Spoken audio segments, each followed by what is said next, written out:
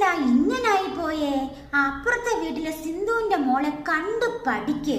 ഇങ്ങനെ ചെറുതിലേ തുടങ്ങുന്നതാണല്ലേ താരതമ്യം ചെയ്യല്. അവളെ കണ്ടുപഠിക്ക്, ഇവളെ കണ്ടുപഠിക്ക്, അങ്ങനെ ചെറുതിലേ തുടങ്ങുന്നു താരതമ്യം ചെയ്യല്.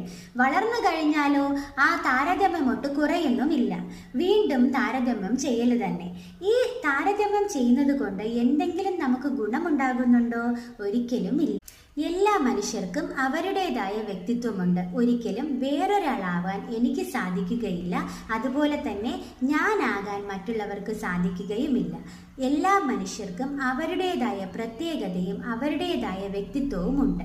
അപ്പോൾ എന്താ ചെയ്യേണ്ടേ? ഒരിക്കലും ഒരു വ്യക്തിയെ മറ്റൊരു വ്യക്തിയുമായി താരതമ്യം ചെയ്യാൻ പാടുള്ളതല്ല. അതിനു പകരം സ്വന്തം കഴിവിൽ വിശ്വസിച്ച് പ്രയത്നിച്ച് മുന്നേറുക. അങ്ങനെ ചെയ്യുകയാണെങ്കിൽ നിങ്ങളുടെ ഒരു ബെറ്റർ വേർഷൻ തന്നെ നിങ്ങൾക്കായി തീരാൻ സാധിക്കും.